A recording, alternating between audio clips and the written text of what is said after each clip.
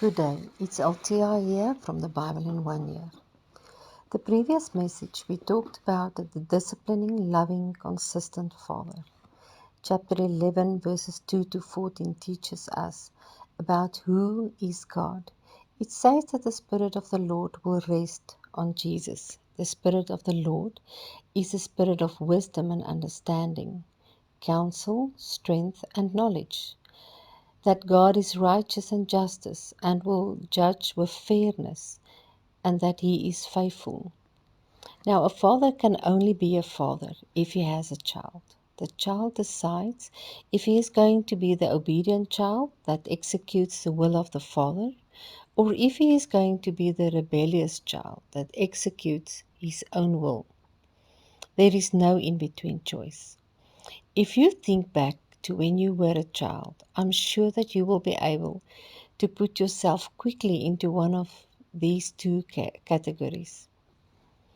You will know if you were the obedient child that stayed within the boundaries, or if you were the rebellious child that stretches and tested the boundaries. In chapter 14 of Isaiah, from verse 12 onwards, we read about Lucifer's downfall that started when he said in his own heart, I will ascend to heaven. I will raise my throne above the stars of God. I will sit on a mount of assembly. I will ascend above the heights of the cloud. I will make myself like the Most High. 5 times he said, I will. His own will led him to a path of pride and arrogance. God responded to this and ejected him from heaven with the demons with him.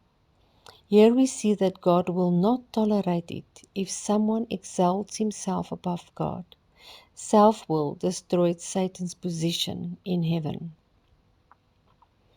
Jesus, on the other hand, was a good example of someone that sets his mind and will to that of his Father. After Jesus lived his life on earth according to his Father's will, continuing to do right until the very end. His prayer in Matthew 26 verses 39 says, He fell face down and prayed, saying, My Father, if it is possible, that is consistent with your will, let this cup pass from me, yet not as I will, but as you will. In the first chapters of Isaiah, we constantly read about what God the Father wants and expects from His people, His children, and how the people refused to obey. We are afraid that we will never get what we want.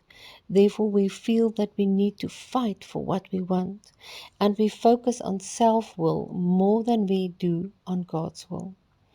If we as children of God can get ourselves to a place that we trust God and says, not my will, Father, but let your will be done in my life, then we can trust God to give us what we really need. God is a God of purpose, and we see that in chapter 14, verses 26 to 27, and I quote, This is the plan of God decided for the whole earth. For the Lord of hosts has decided and planned. Who can annul it? Therefore, if you do not trust and obey God, we do not follow His plan that is best for us. We then go down the path of destruction and self-will, just like Satan did. The reason why the first chapters is so full of doom is because they choose to follow their own path of self-will, pride, arrogance, falsehood, dishonesty, corruption, and idol worshipping. They refuse to trust in God, in His plan and purpose for their lives, and to search for Him as their most essential need. The Creator creates for a purpose, and the Creator decides what the purpose of the creation will be. The creation does not tell the Creator what He wished to be. For example, to create a bucket to carry water. Imagine the bucket tell the Creator of the bucket, I will now fly over the flowers and gather pollen. The Creator knows best what the creation needs.